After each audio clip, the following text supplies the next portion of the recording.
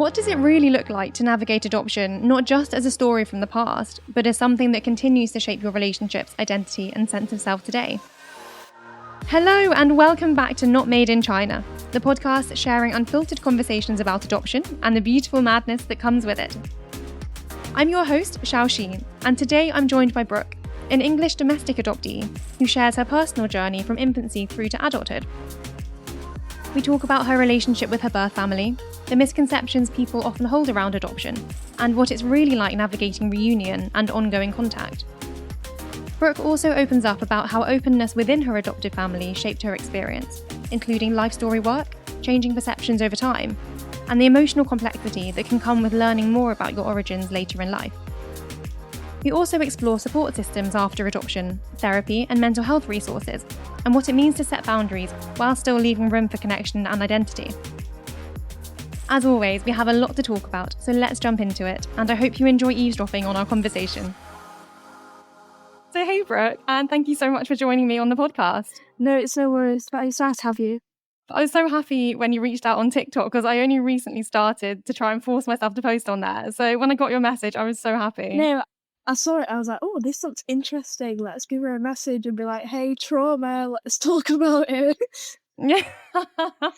Then let's get straight in there in the deep end. Okay. So I'd love to just start off by just asking you about your story and if you could share a bit about your adoption process. Yeah, so I'm Brooke. I am 20 years old and I was adopted at 6 months old.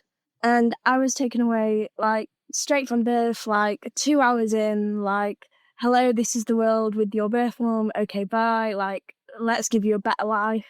There was a lot of ins and outs of detail. I don't know if you want me to go into it. I'm completely fine to go into it if you want me to. Yeah, I mean, if you're happy to, that would be amazing. So, I mean, from what I've been told, obviously, you're allowed to know enough, but you're not allowed to know, the ins and outs until, you're old enough to understand and, kind of have your own, impression about everything. So, from what I've been told, my birth mum wasn't that great in looking after her children. There was, drug abuse, neglect, anything you could think of, she did it. To the point where, she was taking drugs while she was pregnant with me. It just wasn't a great situation for any child to be in. And then, obviously, she had a child before me and neglected that child, so... And then, when she was pregnant with me, she was like, oh, so she was going to take this one off me, I need to be careful.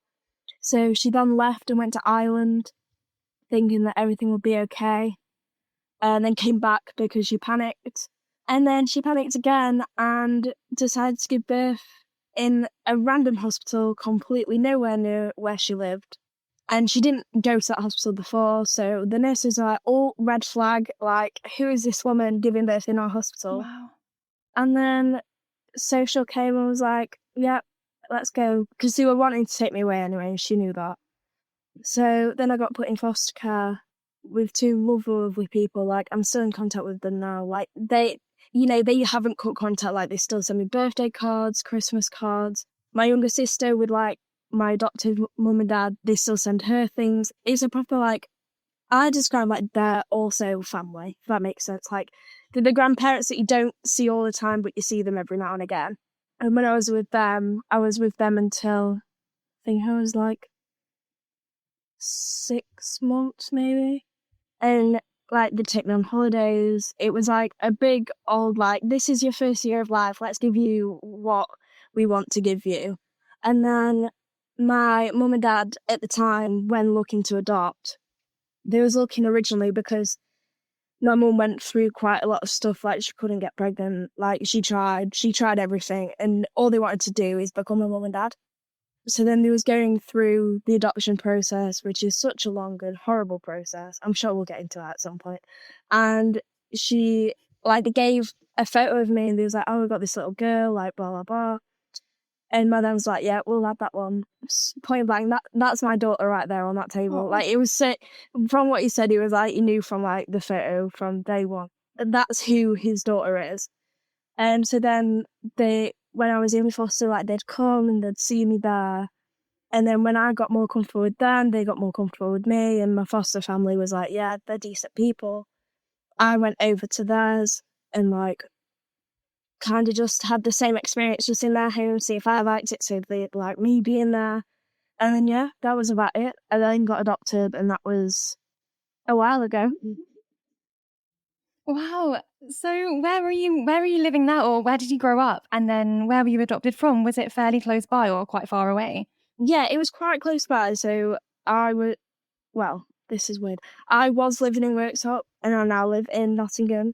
I've always grown up in the same house. Like, we haven't lived, like, from day one. Like, when I first went to that introduction of here might be your new parents, to 20 years down the line, I'm still there.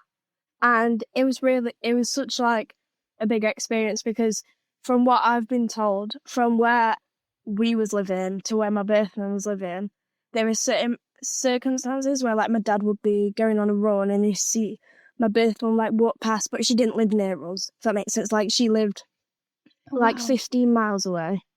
And at the time, like, they saw this article on the paper that was like, bloody blog stole from a shop, been arrested. Like, it wasn't great. Oh, gosh. And then my auntie was working with my birth mum's sister. There's always been contact where they like saw each other, but obviously she didn't know that my dad was my dad, and obviously my dad knew that she was her. If that makes sense, but he only recognised her because of her tattoos. Mm-hmm. And obviously you can't really go up and go like, oh, by the way, I'm bloody blah's auntie, because they don't know who I am either, because they had to change my name through data protection. Of course, it sounds like a really surreal experience. I mean, how do you feel about that? You know, you've kind of crossed paths, or your dad's crossed paths with her, but she doesn't know who he is. I mean, it's kind of weird. Like, when I first found out, I was quite upset about it. And I Yeah. only found out, like, a month ago, like, when Oh, we wow. first made contact and was like, oh, hey, like, do you want to do the podcast, blah, blah, blah. I found out then, because I was asking my dad about questions like, hey, is there anything I need to know beforehand and everything? And he told me, and I was like, wow, that is so surreal that, like, my birth mum could be walking about anywhere and I'd have no idea, which I find Yeah. crazy. But at the same time, like, obviously I like to think that she has changed for the better, but from what I've been told, she obviously hasn't. So yeah, it's kind of weird. It's kind of weird to think about. Of course. No, it sounds like there must be like lots of mixed emotions in there, and the way you feel now might be different to tomorrow because it is such a complex thing. Yeah, it's very hard to like comprehend it, in the sense, because like I went to therapy, I got better, like I was learning to deal with it more, and then you get thrown that in the mix, and you're like, whoa, let's go back to square one again, and then trying to like comprehend, because Yeah. I don't know about you, obviously, with your situation compared to mine, but at the time, I found out and I came home to my boyfriend and I was like, I need to find out. I need to find this article. I need to, like, try to find her. And he was like, probably not the best idea. And I was like, no, it is. And he was like, do you really want to delve deep in trauma again? I was like, probably not. Probably not the best thing to do. But then when you did want to find her and find the article, what were you hoping to get from that? Was it some kind of closure, or just, yeah, some answers? I don't know. I don't really know what I wanted to get out of it, Mm. because I knew Yeah. that if I found it, there's nothing I could do with the information anyway. Like, Mhm. it'll say a name, but I know a name anyway. Do you know what I mean? Like, it doesn't Yeah. actively help my life, Mhm. and she didn't actively try and help my life. So why would I then Mhm. try and break contact and try and be like, oh, hey, by the way, I'm your daughter? Which is weird to think that there's... It's completely understandable. Yeah, it's weird to think about, but I've got my family. I know who my family are, and I wouldn't ask for a better family. Well, I'm so glad you've got incredible parents and an amazing family. And can I ask how your parents kind of dealt with the topic of adoption as you were growing up? Yeah, I mean, they've always been really open and honest about it, and that's always something that I'm so grateful for. We had the life story book, so it explained, like, oh, this is your mum, this is this is how you came about, this is, kind of very sensitized, like, this is why. So it was like, your mum was a bad person, but they didn't delve deep into it, because obviously you have to make your own impression. And there's some things you can't find out till later in life anyway, because a child doesn't need to know, oh, by the way, this is why your mum's like this, because of her mum. Or, like, it's very difficult to, like, give that information, but they was really open and honest. If I had any questions, you know, they'd answer them, or they'd like, if they didn't know, then they'd ring my social worker and find out that way. Or if I was like, hey, I want to try and make contact with my siblings, they was like, right, letterbox, let's go, like, write a letter, we can send it off, like, it's no issue. And for that, they've been really open and honest. So I'm really grateful for that, because after I was adopted, a few years later, my mum fell pregnant with my little sister, which was great. You know, I've got a little sister, and she's a pain, but, you know, little sisters are, have to keep reminding myself, but it's okay. And I feel like that's also helped me as well as her, like, because for her, obviously, she just got a big sister, like, it's not. But for me to be like, oh, I've got a little sister, but I've also got 4 other siblings, but I can't see them, but I can see this one. And, you know, if I was going through a bad time with it, or I was like, I want to go this, I want to go see my mum, like, kicking off, screaming the house down. If you don't let me leave, then I will call the police because you're holding me hostage, all of that stuff. And I feel like that helped her understand she doesn't mean it, she's just going through a lot. Yeah, for sure. And it's completely understandable that you'd have those feelings. And I think, I'm sure a lot of adoptees can relate to that, when you do feel angry, but you're not entirely sure why, and all these feelings come up, and like, where he's coming from, and you don't know how to deal with them. And sometimes they just come out in an outburst, and that's fine, because we're children, we're so small, and we probably don't have the capacity to process everything at that age. No, literally, like, you have all these feelings and all this emotion, but you're like, well, I don't know where it's coming from, and I don't have answers. And why does Millie have her family who birthed her, but I have this family? And then you don't realise how, like, helpful and grateful you are for this family until it comes to the time where you're like, find out bits and bobs, and you realise that my dad always worded it, I was their child from the get-go, I was just born from someone else. Which I feel like is such a lovely way to put it. Yeah, and that's stuck with me since. And I'm like, that is such a good way of trying to explain it to someone, rather than being like, oh, well, you was neglected, so I took you. Like, it's less blunt. Definitely. I mean, that's 10 times better. Yeah, it's less blunt, but also, it's so easy for people to look at adoption and everything that comes with it and think, oh, that's such a negative thing, or oh, you were abandoned and you were parents' second choice. But actually, no, like, your parents are your parents. Your parents are the people who show up for you, who raise you, who look after you, who make you feel safe. Yeah. And just because you're not blood related doesn't devalidate or reduce the importance or significance of those people. Yeah, and I always said the same thing, because at school, people would be like, oh, you're adopted, you know, your mum and dad didn't want you, them sort of comments. And I just turned around and was like, yeah, but I was picked, you wasn't. And that was always my comment. Love that. There was no other comment. It was, yeah, but I was picked and they chose to have me. Whether I came from their, like, genetics or not, it doesn't make a difference. And I feel like that's a thing that there's 2 ways of looking at adoption. Some people think, oh, you know, that's such a nice thing for you, looking after this child, like, congratulations. Or there's oh, you've got a child. Do you know, like, there's 2 different sides. Like, people think, oh, you're doing a really great thing, you know, taking a kid out of care. And then, oh, you've got a child. Like, people split it and seem to think that an adoptive child isn't their child. But if you raise them and they're, you know, because children always pick up your tendencies whatsoever, like, they pick up your behaviours and your actions. So whether you've got the same genetics as your dad and mum or not, you're still going to be like them in some sort of way.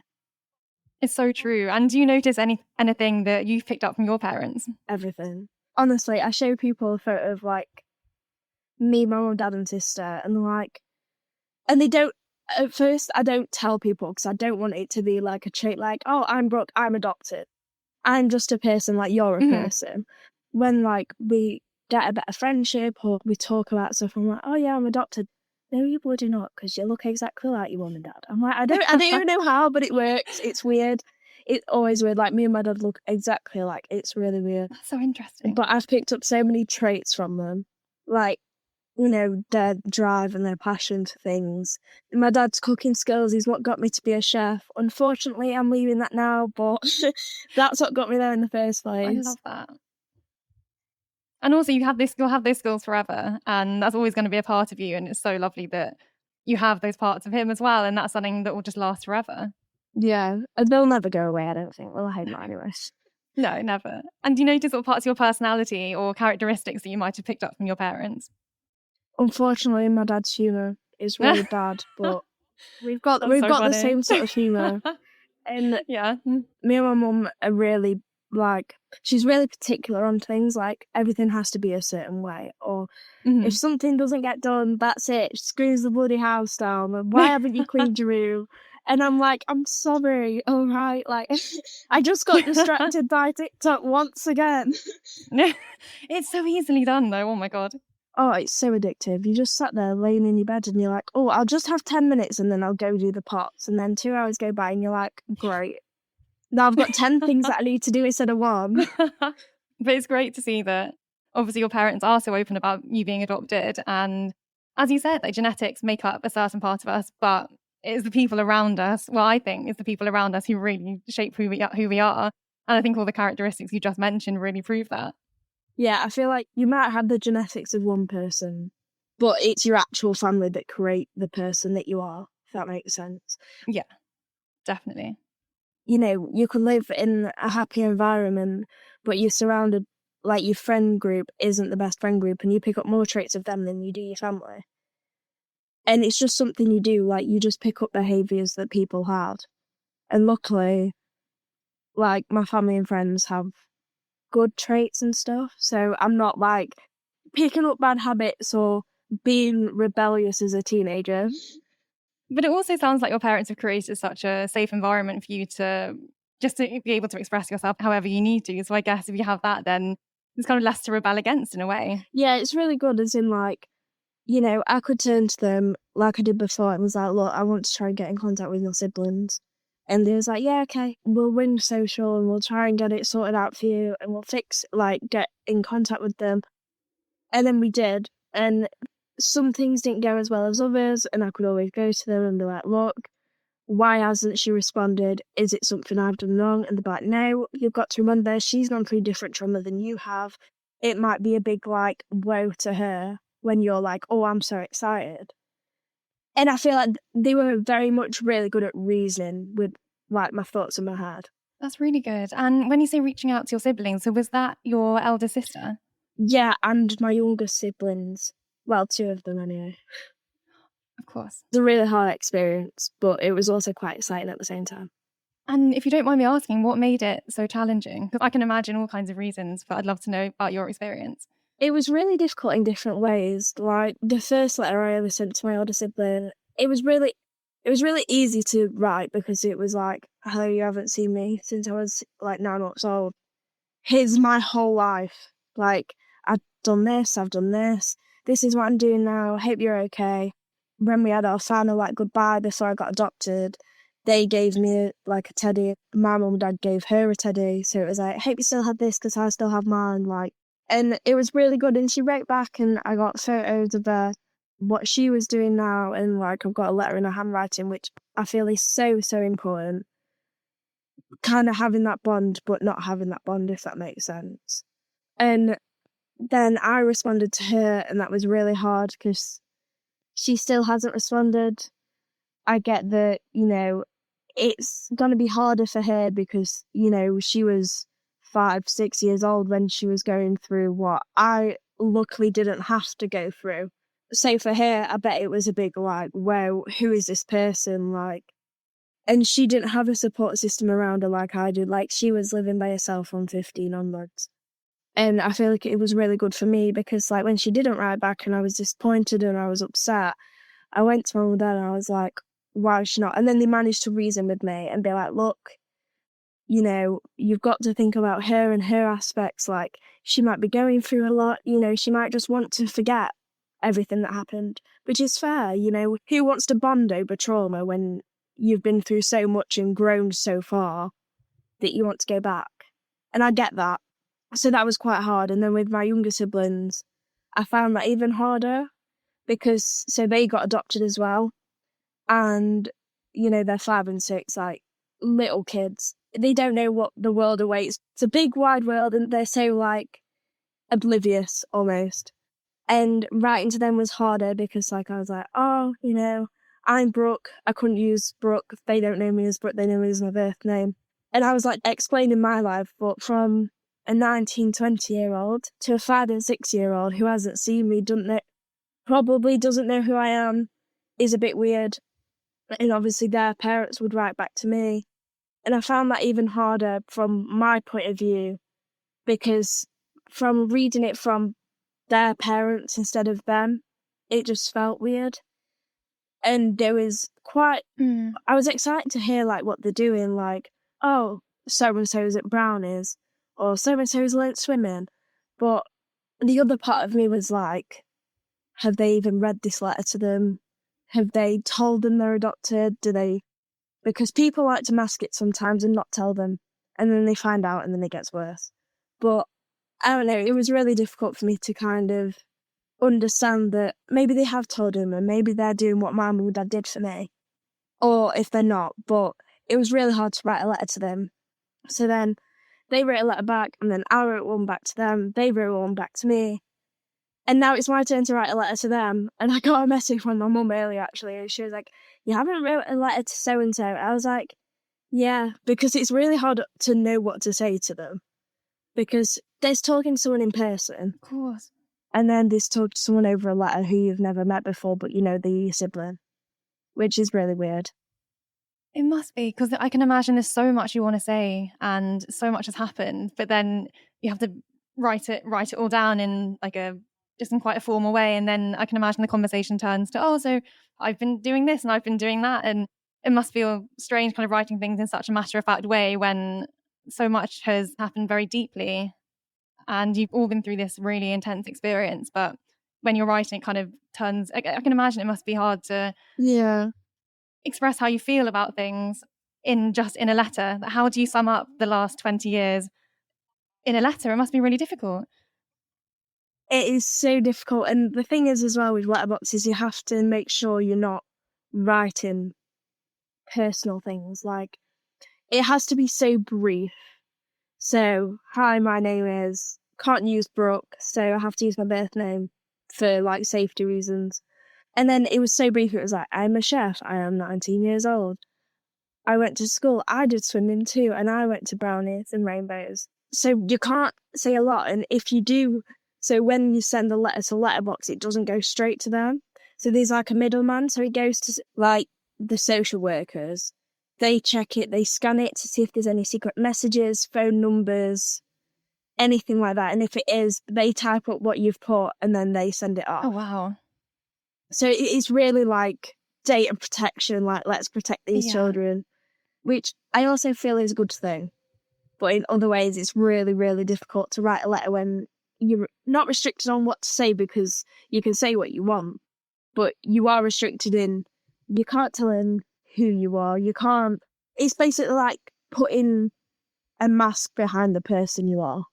That's a really good way to put it. And that must be really challenging when you're writing it, because on one hand, it's lovely that you're able to connect with them. Then on the flip side of that, do you feel like there's only a certain amount of depth you can get into and there's only so much of you that you can share because it's so censored?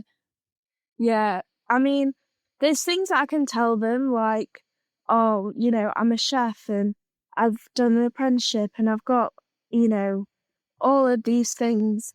Well, it's like the ins and outs of like, I'd want them to know my name and I'd want them to like, but obviously then you have to reason with it and be like, well, this isn't safe for me because, and obviously different people have different like issues and why they got adopted or why they're in social care or anything like that. But to have your name changed when you get adopted, you know, to then go back and be like, oh, I'm so-and-so. Like, it's so hard not to even say the name now, but like, it's like, oh, I'm this person, but I'm not that person. Do you know what I mean? Like, it kind of takes away the name that you've been brought up with. Yeah, and then your name holds so much of your identity, so it must be really hard to have that almost taken away and you have to be this other person even though it's still you. It must be so conflicting. It is really hard, but at the same time, I was really grateful. My mum and dad, they didn't want to take my birth name away from me. Like, you know, it's still a part of me. It's still a part of my story. So my name now, like my birth name is now my middle name. Oh, that's really nice. And I wouldn't change that for the world because it's still present. So they thought about it and it was like, right, let's make it a present thing still. But still enough for her to be protected. Because my birth name was a very unique name. Don't know why she picked it, but she picked it. It's a horrible name. But it's not my middle name, and it makes so much more sense to be a middle name than a first name. Oh, well, at least it's a part of you. And are you glad that it is part of your name now? Yeah, I'm still glad it's there, and I'm glad that, you know, my parents, like, they took that part of me and still kept it in my life, but made it a better version, if that makes sense. Yeah, definitely. Great. So you were just explaining about Letterboxd. And actually, if you don't mind, would it be okay if you gave everyone a bit of an overview as to what Letterboxd is? Yeah, so Letterboxd is a way of an adoptive person to kind of make contact with, like, their family, but in a safe environment. So, you know, you still can find out, like, bits and bobs about the person, you know, like what they're doing, how they're doing, you know, what have they done in the years that you haven't spoke to them. And it's a way of them also protecting you from just meeting them, because that was quite hard. Because so when I was in the process of going from social to getting adopted, I went to visit so my birth mum could still see me, and unfortunately she didn't turn up until the goodbye, and then she was there and she saw me, and then, you know, that was it. Like, there was no more contact, there was no nothing, because of safety, and they didn't want me to get harmed in any way, shape or form, which is fair. You know, trauma's different, people's, like, backgrounds of it are different, but it was a really good way of trying to get contact with them and find out bits and bobs that you want to know, but not the harmful stuff that you probably don't want to know after going through it all already. Yeah, of course. And it's good that you were so protected and you could find out the bits of information that would help give you closure. But then also, yeah, you weren't exposed to everything because, as you say, it might not all serve you and it might not all be an addition to your life. And how did your parents kind of speak about your birth family as you were growing up? Was it something that was quite normal to talk about, or was it something that was spoken about a bit later on? Yeah, I mean, they've always been very open and honest about it, as much as they can do as a young child asking, here's my mum. Like, you know, they can't go, oh, well, your mum did this is why you was taken away. But, you know, if I ever had a question of, like, you know, why did I go to so-and-so's house after I was born, they would always be able to phrase it in a way that I'd understand, but it wouldn't be a traumatic thing to, like, kind of get told. And, like, there was a few things that they did that was quite special. So every year, so the day when it comes around every year of when I got adopted, you know, they'd make a day of it, like I'd get a present and it'll be like Brooke's adoption day, which was really cute. I always remember going to primary school like it was my second birthday and be like, it's my adoption day, and the teachers would, like, get me a cake and make it like a big thing. Which was really cute, yeah. Oh, that's really sweet. And then, you know, every so often we'd sit down with my life storybook and we'd make it like a family thing. So me and my mum, dad and sister would sit there and we'd look through all the photos. This is baby Brooke. This is first time having a bath. Because, you know, it kind of helped me understand more, and it didn't make me feel more pressured when I'd, you know, go to them and be like, oh, what's this? And they'd be like, oh, it's nothing. Or, oh, no, you've found something out that you shouldn't know. Like, they was always very open and honest about it, which I feel like has really helped me personally deal with the trauma behind being adopted.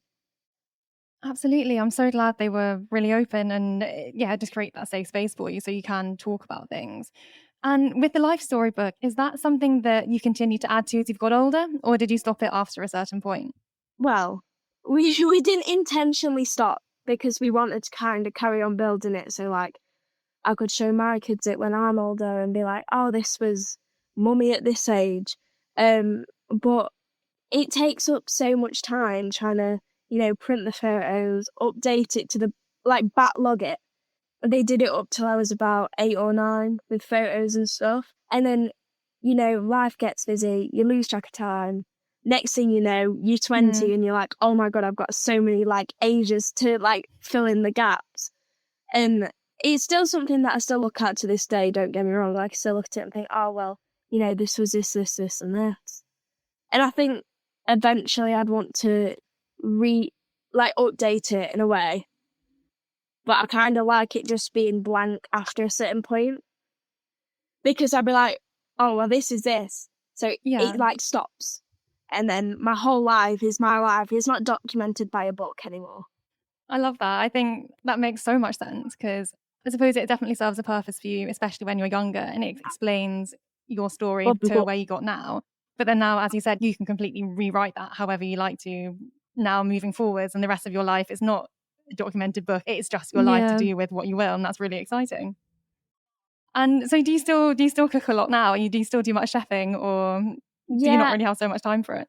At the time, up to now, I am still a chef. I am still slaving away in that kitchen. Don't get me wrong, I hate it. It's horrible. But I've now gone back to college because I had a crisis. I was like, I can't do this anymore. So now I'm studying policing and criminal justice for a year. And then hopefully I can get an apprenticeship, but we'll see. And I also feel like that's a big thing for adoptive people. I don't know if you've like witnessed the same, but people are so quick to judge and be like, all they do is just cause trouble. They're all just going to get arrested. They're all just going to go put in prison. They're going to be just like the birth parents. And then people like you and me are like, whoa, hang on a minute. We're different people. That's nothing of what we do. No, it couldn't be further from the truth. Yeah, and you know, I feel like people seem to think that adoptive people or people in social care are like troublemakers. That's why they got took away, and you know, that's why the parents didn't want them. But no, that's not the reason. They want a better life, so they're trying to get it, but trying to get the help. As obviously I was able to get help, but as someone I could imagine in social is trying to get help, and it's a really, really hard thing to even admit that you need help, let alone trying to get the help. So they just react in different ways, and unfortunately people just put us all under the same umbrella of they're just troublemaker people, which is I find it quite offensive, to be honest. It's rude. Like, it's so rude. Yeah, like that's not me. I don't want to be put under that umbrella.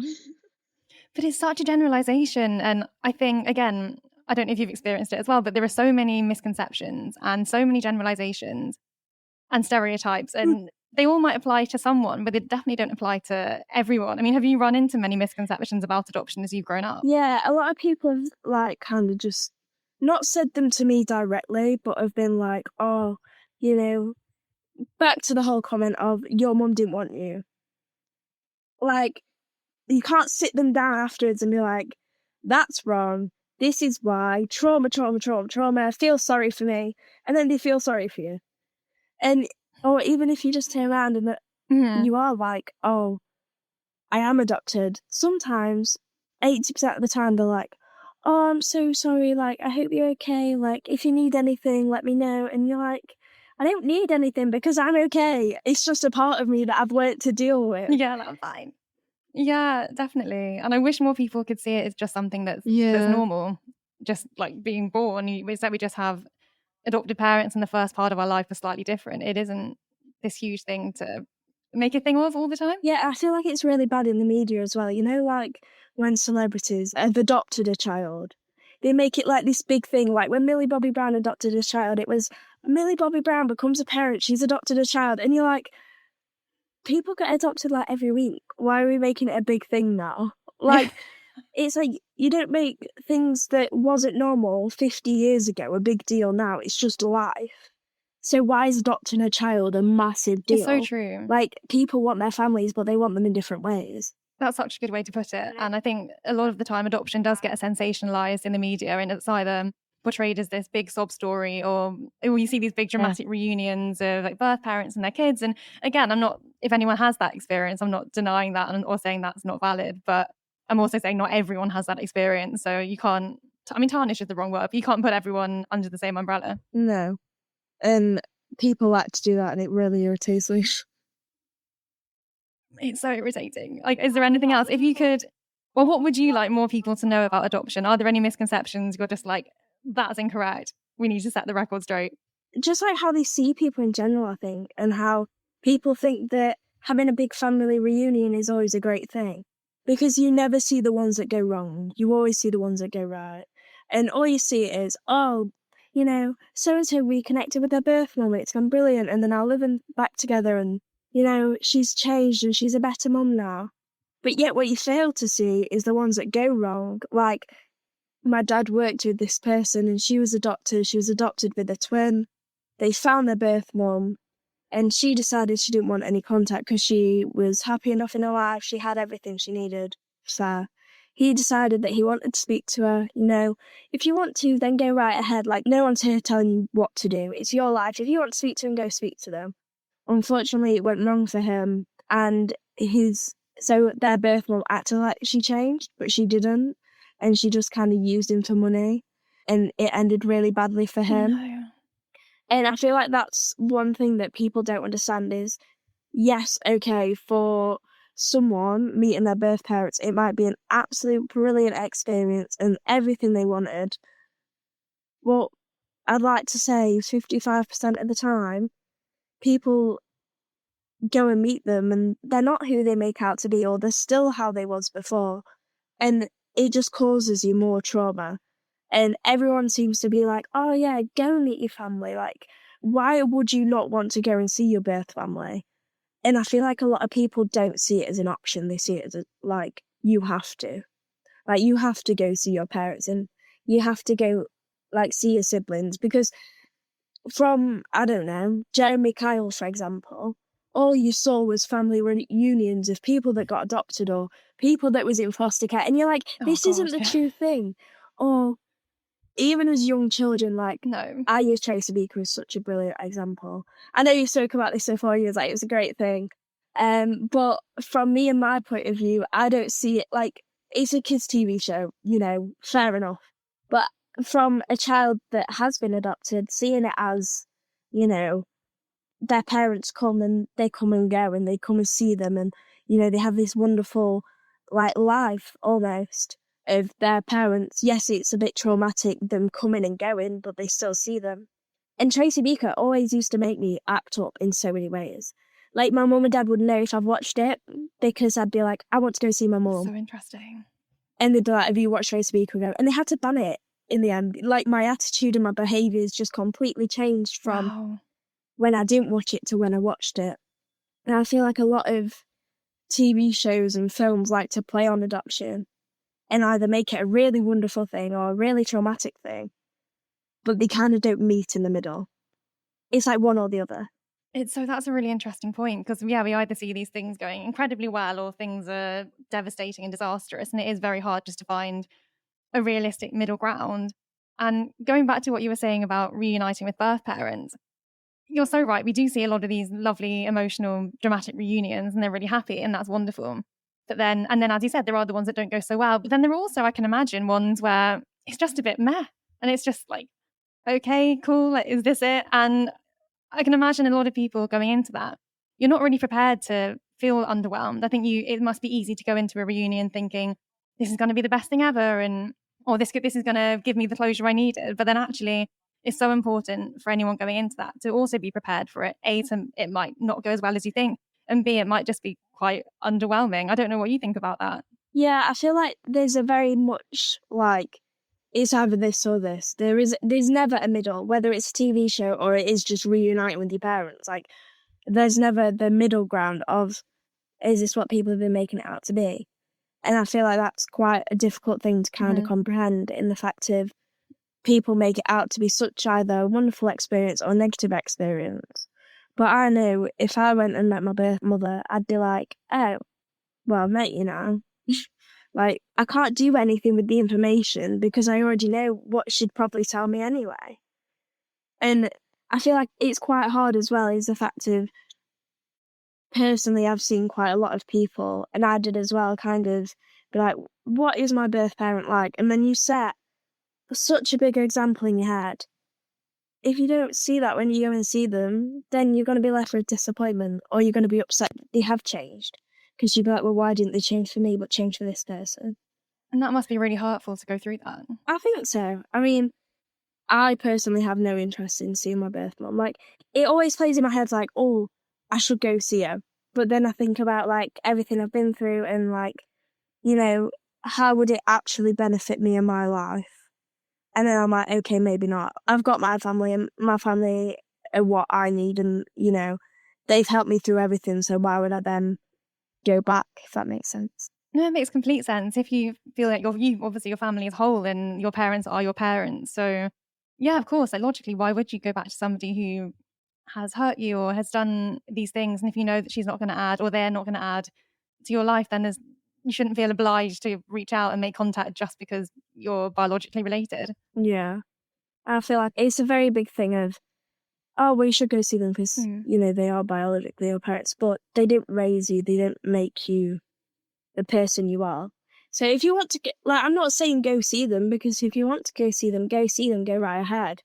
But also, I guess, just be cautious that thoughts in your head, if my mum's a horrible person, she won't help anything. Or my mum's going to be great, you know, she's going to got better and she's going to have a better life for herself. I'd say personally, if I was wanting to go meet her, I'd probably have to go in with a very open mind and no thoughts about her. Because I don't want to be let down and I don't want to be hurt. Completely fair and so understandable. And by the sounds of things, you and your parents have done such a great job to kind of answer those questions without actually needing her to give you that closure. And I think that's such a powerful thing when you can find closure in yourself and the people who are around you, the people you have chosen. And it must be, I'm in a very privileged position where, again, I'm similar to you. My parents were super open about the adoption thing. I have no desire to find my birth parents. But if I did, I'd have to know that I'm not looking for them to give me closure. I'm just doing it as I'm just curious. Because I think if I started putting that pressure on them, then there's just so much chance that I could be let down and that could be really hurtful. Yeah, and I feel like it's a very difficult thing because you could go and just find them, but you also have to be prepared for you waiting and waiting and waiting, and they just don't turn up either because they're scared as you're scared. But at least you have the oomph to go. But obviously they might be scared and be like, oh, this is going to end badly. And then they just don't go. And that's how I'd like to see it as when my birth mum didn't turn up when we were having visits before I got adopted. Because if I sat there and was really negative about it and was like, she didn't want to see me, she clearly hated me, she didn't love me, obviously, like, these things were more important than me, then I don't think I would have been able to, like, deal with my trauma as much as being like, right, she's just scared and she couldn't fix herself for whatever reason, and that's not on me, that's on her. And I hope she's got better, but from obviously my younger siblings and how they got adopted, I know that she isn't. And from the news article and stuff like that, like, I know she hasn't. So that's all the peace of mind I need. Like, I've got my mum, dad and sister. I don't, as much as I'm like want to have contact with my older sibling and my younger siblings, I don't need someone there that was supposed to be my mum when I have my mum, if that makes sense. I say mum, yeah, and I say mum because it makes total sense.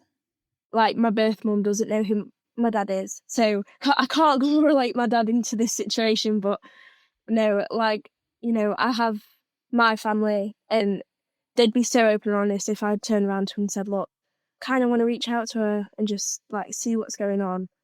And I know that they'd be so up for it. They'd be like, yeah, all right, like, we'd help you if you need help or if you need support or you want us to come with you, that's fine. But I feel like it just unraveled trauma that I've already reveled up into a ball and just got rid of. That's completely fair. And you'll know in your gut when it's if and when that was the right thing to do. But for now, if it's not, that's also so fine. And it's brilliant that your parents are so open to just doing exactly what's best for you. But your parents sound incredible. Like, they really do. No, I messaged him. I messaged my dad. I was like, hey, I'm going on that podcast I spoke about. Is there anything you want me to raise or anything from your point of view? And he was like, yeah, just that you're a pain in the arse. I was like, thanks, Dad. That's really helpful. And then my mum was like... I feel like that is the most dad response. Yeah, and my mum was like, oh, what podcast are you going on? I was like, so you haven't listened to what I've been telling you then? And then she was just like, how, you know, letterbox has been a really difficult thing for you, A, to stay on track with, and B, just realising that there is family out there that do want to know who you are, but their trauma just might not allow them to. It's a really empathetic way to look at it, and also the way you talk about your birth mother, and you just have such a deep level of empathy and understanding for her. And I think that's really admirable. And it just sounds, just so genuinely really impressed at how mature you are with it and how much empathy you show her, because it would be really easy just to have pure sort of anger or have all these negative feelings. Whereas, again, please correct me if I'm wrong, but it sounds like you allow yourself to feel whatever you need to feel, but then also you have the understanding for her so you can move forward. And I think that's incredible. Yeah, I mean, don't get me wrong, it took me a long time to get to this point. Before I was like, I hate her, like, she's a horrible person, why would she do this to me? Like, she clearly doesn't love me, she's prioritised all these things about, like, before me, I don't get it. But then growing up in a household where it was open to talk about it and they would support me and gave me the love that I deserved and kind of gave me the life that, everyone should have.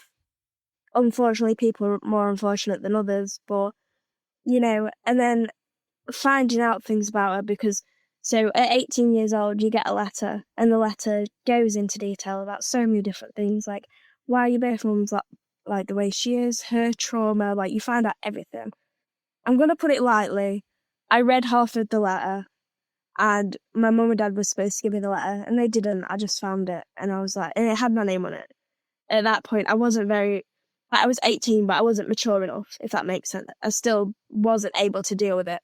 So I read half the letter and I left it on my bed and went to work. My dad found it and he was like, you really should have just waited for us to, give it to you when we thought that you might have been mentally ready, because right now we think, you're going to take it in a bad way. And I did. I did take it in a bad way. And I'm not going to sit here and like, no, I was completely fine. I did take it in a bad way, and I'm still yet to read the other half of the letter, but part of me doesn't want to read the other half because, I've managed to come so far forward in not being like, oh, I hate her, she's a horrible person, but actually feeling sorry for her that she can't get the help that she needs. And, if she could get the help and she gets the help and, she becomes a totally different person for the other half of her life, I'm not going to sit here and be like, why couldn't you do that 20 years ago? I'm going to be like, I'm glad you've done it now, and at least you're changing now for the better. But it took me a long time to get to that point, and sometimes I do slip back and I'm like, I can't, it does upset me sometimes. I do slip up, but, I then have to, rethink everything again and be like, look, she's gone through what she's gone through. Okay, she didn't have the help to deal with her trauma, so she's dealt with it her own way. Her own way might have not been safe, and it might not have been helpful for her. If they don't get the help or they don't want to accept that they need help and get the help, you can't do anything. And, I can't sit there and be like, oh yeah, I'll go see my mum and, I'll offer the help and I'll try and give her help when she's been offered help over and over again. And some people just don't want to change, Some people are happy in the life that they're in.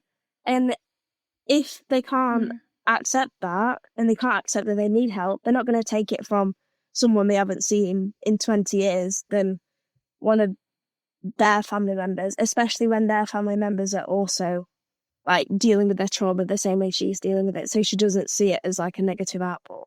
Absolutely. And you're so right to just know that someone else's, I don't want to say problems, but what someone else is going through also isn't your responsibility, and it's not your job to fix her. But I think the fact you're even just understanding where she's coming from and why she is the way she is really amazing. And do you find that, is it sometimes that thing of you can explain it, but you can't excuse it?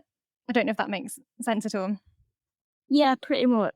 No, I get what you mean. I can, I understand that the stuff she's gone through, and I understand that it's hard for her to deal with her trauma. The one thing I don't understand, and I'd never ever be able to understand, is why would you not have the help when you're getting offered it? Or why would you see that, you've had a negative childhood and it's turned into a negative adulthood, and you've had your first kid and you've made mistakes. Okay, parents make mistakes, but not as serious as how you made them. But they're offering to help you to make you change for the better. And the one thing that I don't think I'll ever be able to understand is, why would you not take the help? Because personally, I was struggling with dealing with it, and my mum spoke to support after adoption, and they offered me therapy. Now, to me, I took that therapy and I'm so much better now. But for me to not take the therapy, I sit here and think, well, what would I have been like? And again, I think it really shows that you've fully taken responsibility for your life and where it's headed, and that's incredible. And then I can imagine, again, correct me if I'm wrong, but the fact you've done that, you must think, but if I've done this, then why couldn't you do the same? I don't know. I mean, I don't know how you feel about it. No, totally. So I got the therapy. I think I was in like year 8, year 9 when I got the therapy. So for me then, I didn't really think about it. Like I was like, oh yeah, therapy, like it's helping me. But then to now where I'm thinking, well, if I could take it at like 15, 16 years old, why couldn't you take it at however old you was, if that makes sense? But at the same time, as I said before, if you don't accept that you need help and you want the help, you're not going to take it. It's not going to be a positive outlook for you on the therapy if you just sit there and deny your issues. Yeah. And no one can be helped if they don't accept it. And if, as you said, or if they don't accept there's a problem in the first place. And again, of course, I don't know anything about like personal situation, but I can imagine once you are in that kind of cycle, it is very difficult to break out of. Yeah, and my mum has always said it, once you're in the cycle of, drugs and all of that stuff, to get out of it is a really, really difficult thing. And if you do, biggest achievement, like congratulations, like you have managed to turn your life around. And for the people that have done it, like, it's amazing how they do it because they accepted that they needed help and got the help.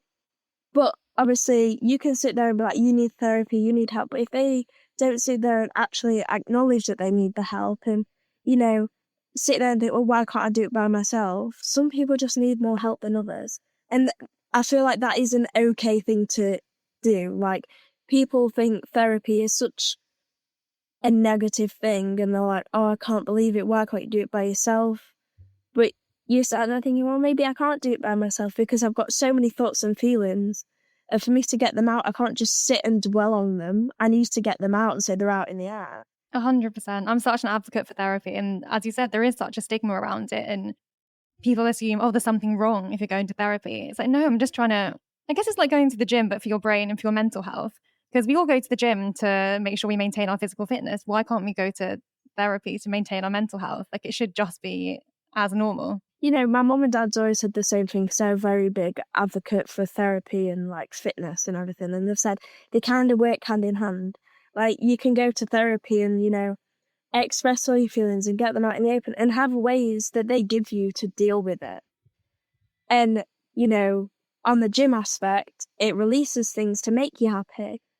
So if you're doing both of them combined, obviously, I'm not saying you must go to the gym or you must go to therapy because it's your life. You do whatever you want, what makes you happy. But if you do go to the gym and you do go to therapy, not at the same time, but like even like years difference, they'll slowly align and you'll slowly be a better person. And you'll be able to deal with things a lot better than you probably would have done like 2 years down the line. It's so true. And with therapy, again, I only recently started it like maybe 3 weeks ago. So I'm still super new to it. But it's been so interesting just sort of learning about myself a bit more. And it doesn't have to be this big dramatic thing, but it's just really interesting going, oh, okay, like I behave like this. And let's maybe look at, for example, how the adoption thing might have affected it. And then leaving with actual sort of exercise that I can do and ways to then sort of translate the work I've done in therapy into real life has been like really empowering. And it is just good to understand how we feel, because going back to what we were saying, when we're kids and we have all these feelings and they sometimes come out in sort of angry outbursts or emotional outbursts, it's because we don't know how to process it. Whereas now we can have therapy and we can have someone who will literally break everything down to you, help you name what's going on, help you understand yourself. And then I think knowledge is power. So the more we can understand ourselves and then the people around us or our kids when we raise them, like the better, really. Yeah, and I feel like everyone sees therapy as a negative thing, but when you sit there and you think about it and you sat in therapy and you're talking about things and you're like, oh, well, why don't you try this? Or why don't you try this? Like, personally, I wasn't sat in front of a therapist and just going through all my trauma and then giving me options. So I did this thing called drama therapy. So I wouldn't act out my, issues, but being there and pretending to be someone else kind of helped in a way. And, we created this story and it was about this snowman, and the snowman was adopted, I think this was quite a while ago. And, we sat there, we spoke about my birth family tree, and I brought people in there. Like, there was this girl who was at the same foster home that I was at, and it was only me and her. But for years and years, I had it in my head that she was my sister, and she wasn't. She was like, no DNA to me, no nothing.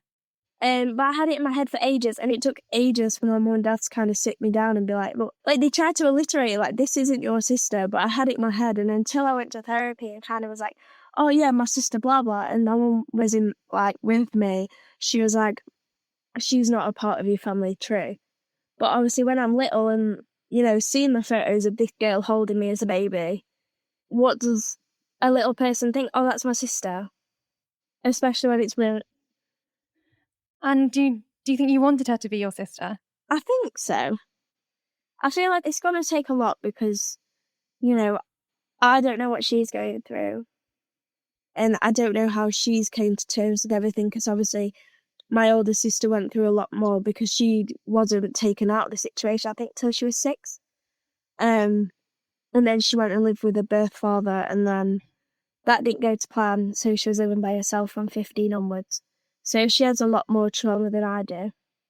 And I feel like, maybe one day, I don't want to sit here and dwell on it and be like, oh, when's she going to meet me? When are we going to have contact? Because I could be sat here for years. Yeah. Or I could be sat here for the rest of my life and still not, she might never want contact, or she might do, but, I don't feel like I should base my life around, oh, well, if buts and maybes, because you're not going to focus on yourself and dealing with yourself if you focus on all of that at the same time. It's so true. And then if you're kind of relying on those other people to fill in the gaps for you, then you give them all your power. And then that's really hard, because then, exactly as you said, you're just waiting for them to step into the role that you want them to be in. There's a chance that. Yeah. And, like, a lot of the time, like, sometimes I walk, like, through, like, Nottingham City Centre, and I'm like, oh, my birth mum or birth father could walk past me at any point and I have no idea. But I also like the not knowing, because there's no expectations. There's no, oh, well, she's like this and I hate her. There's no, like, oh, she's a really lovely person. Like, it's very just mutual in what it is. And I feel like if I didn't have contact, or I was talking to her, I feel like I'd make up an opinion, and I don't know what my opinion would be. And I quite like the very mutual, like, if she's got better, she's got better. If she hasn't, she hasn't. She's her own person. It sounds like a really sensible way to look at it, because, then like you said, it puts less pressure on her, it puts less pressure on you, and you can just come to your own conclusion and get your own closure from it. And can I ask you a bit about support after adoption? Because I actually hadn't heard of them until you mentioned them. So I'd love to know a bit more about what they do and how they've been a part of your life. Yeah, so support after adoption is kind of like, I don't even know how to describe it really. They just kind of help in different ways. So my mum and dad I think they went to them when they were creating my life storybook for like different things and different advices and stuff like that. And then when I wanted therapy, they spoke to them and they found out the best therapy that would have been better for me. And even now, like, when I went on my whole tangent after finding out that my dad ran past her and, she was on that news article, the day after I went on a tangent and I rang them and I was like, look, I want to make contact. And they was like, you know what, if you want to, we'll help you get there. We'll help figure things out. And I feel like it's really weird, because obviously after a while you don't have a social worker anymore, but you're still in the system. But support after adoption is like the middleman. So instead of you going through all the efforts to try and find them, or trying to find like therapy that would help you, you kind of go to them and they help you find it because they're trained in that, if that makes sense. And I haven't heard... Oh, that's brilliant. Yeah, I haven't heard a lot of people that have said it, but to be honest, it's going to sound so weird. I don't have many adopted friends. So I don't speak to them about that, if that makes sense. So I haven't really heard anyone kind of mention it, but obviously it's not really a big thing to be like, oh yeah, I'll speak to support after adoption. Like it's kind of just a personal thing that my mum and dad talk about, and I've spoke about with my boyfriend. Like, it is what it is. And if I want the help, I can access the help. But if I don't want it, I don't have to access it, if that makes sense. Of course, it's entirely up to you what you do. And as we keep on saying, every adoptee story is so different. We're all going to feel different things at different times and have different opinions. And you've got to just do what's best for you. And no one can tell you otherwise, really. Yeah. I feel like it's just a really good resource to have out there if people do want to, like, have friends, like, have contact with them. Yeah, absolutely. And it's good that they play that middleman role, so it takes the stress off you having to kind of do all the back work. Yeah. Do you think you would have liked to have had more adoptive friends growing up, or is it just a bit neither here nor there? Personally, I kind of like not. Only for the simple fact of I feel like then we're not just bonding over trauma and it's an actual friend, if that makes sense. That makes total sense. I don't know really how to describe it, but I feel like some people make it the personality of trauma. Like, oh, I got adopted, or oh, I'm in foster care. And you're like, but that's not you, that's just part of your story. And I also feel like, if I was friends with an adoptive person who hasn't came to terms with it, or, they still have bad traits, or they haven't accepted that they might need help, then they might not push me down, but as we said about, getting the same characteristics, I wouldn't then want to go back when I've came so far forward in kind of just understanding, to then go back again, to do the whole process again, for just having a friend that's, the same traumatic thing as me. I don't really see it as, something that I'd want. But if someone did come along and they was adopted and we was friends, then, that's fine. I'm not saying I don't want friends that are adopted because I want to be the only adopted person in the friendship group. But I also wouldn't want my, progress to then be backtracked if they didn't have progress. That's completely understandable. And you want, your story and your life to be yours and go in the direction you want. And it's totally fair. You don't want outside influences kind of getting mixed up in it. And yeah, that's completely understandable. And I guess when you're kids, but it's an interesting one because I've spoken to a lot of my adopted friends so I was friends with a lot of adopted Chinese kids when I was younger. And then as we've grown up, we kind of drifted a bit. I stayed super close to some of them, but most of them, we just hadn't spoken for like decades.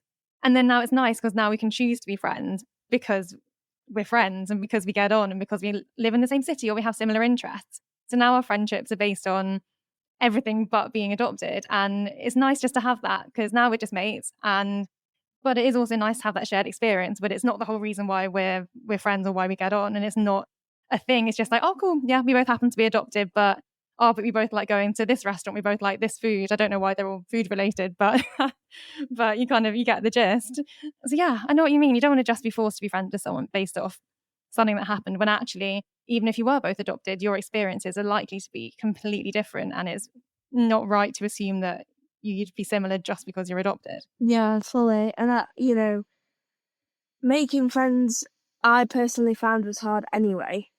Let alone just trauma dumping on everyone and being like, oh, you're adopted, so am I. This is my story. This is your story. Let's be friends. Like, if you want to be friends and you find out they're adopted too, that's great. You can kind of relate in some ways, but not others. But your friendship's not based on being adopted, if that makes sense. Because I feel like a lot of people are still making adopting people such a big thing. So, which then I feel like implicates on adoptive people that feel like they need to say it and, be proud of being adopted, that's fine. But making friends, I see, be very careful because, what happens if you have the same experience and then, you find out something that about them and it correlates with you, and then your help that you've had for yourself puts you back again. Yeah, I think it really goes back to just you need to just do whatever's best for you and your well-being. And it is so important to protect yourself and your progress. Like, I think I was fortunate because a lot of our friends or my friends who were adopted, I don't think any of us were that bothered by it. So we were just like, whatever. And then it was never even a conversation. We were just friends. If there was, say, like one or two things that you just wish people knew about adoption, I know you've kind of covered it already, but what would you say would be the two main things you'd want people to take away from this? Probably don't have expectations about meeting your family. Like, don't expect it to be such a magical thing when it could not be. It could be totally different to what you make it out to be. And also, it's okay to have help about it. Like, if you feel like your mum and dad are talking to you about it and are having, great advice about it, it's okay to then be like, look, can I speak to somebody else about it as well? That's such good points. And I couldn't agree more, especially with the last one. I think it's so important to ask for help when you need it. And there's no shame in that at all. Like, we're all human. We're all going through life. And it's hard. And there are so many complexities with adoption. I think, the more people who can ask for help and talk about it more, the better, I think. Yeah, fully. Well, thank you so much for joining me. I really, really appreciate you coming on, and also appreciate you being so vulnerable, because I know it's a deeply personal topic. And so happy that you're able to share it and also just help normalize the conversation around adoption. I think that's so important. Yeah, thank you for having me. I feel like a lot of people seem to dwell on adoption as a whole, and they're all like, oh, it's such a sad experience, but it's not. Like, it's a part of you, so make it a good thing, not a bad thing. Absolutely, I couldn't agree more. After my conversation with Brooke, what really stuck with me is how layered adoption experiences can be, especially as they continue into adulthood. There really isn't one fixed way to make sense of reunion, identity, or connection with birth family, and Brooke speaks really honestly about the uncertainty that can come with that. We also spoke about the importance of support systems, therapy, and having spaces where adoptees can process their experiences without pressure or expectation. Something else that stayed with me is just how much clarity can come from setting boundaries and allowing your understanding of identity to gradually evolve over time. I also realised throughout this conversation just how little I knew about adoption within the UK, and I'm really grateful to Brooke for being so open and candid and for helping me learn alongside listeners too. Brooke also mentioned Letterbox, a platform that can help facilitate safe communication between adoptees and birth family, alongside other support resources like support after adoption and NHS mental health services, which we'll link in the show notes. If this episode resonated with you, please feel free to share it with someone who might find it helpful. You can follow us on Instagram and TikTok at Not Made in China Podcast. We post new episodes every other Tuesday, so we hope to see you at the next one. Thank you so much for listening, and we'll see you next time.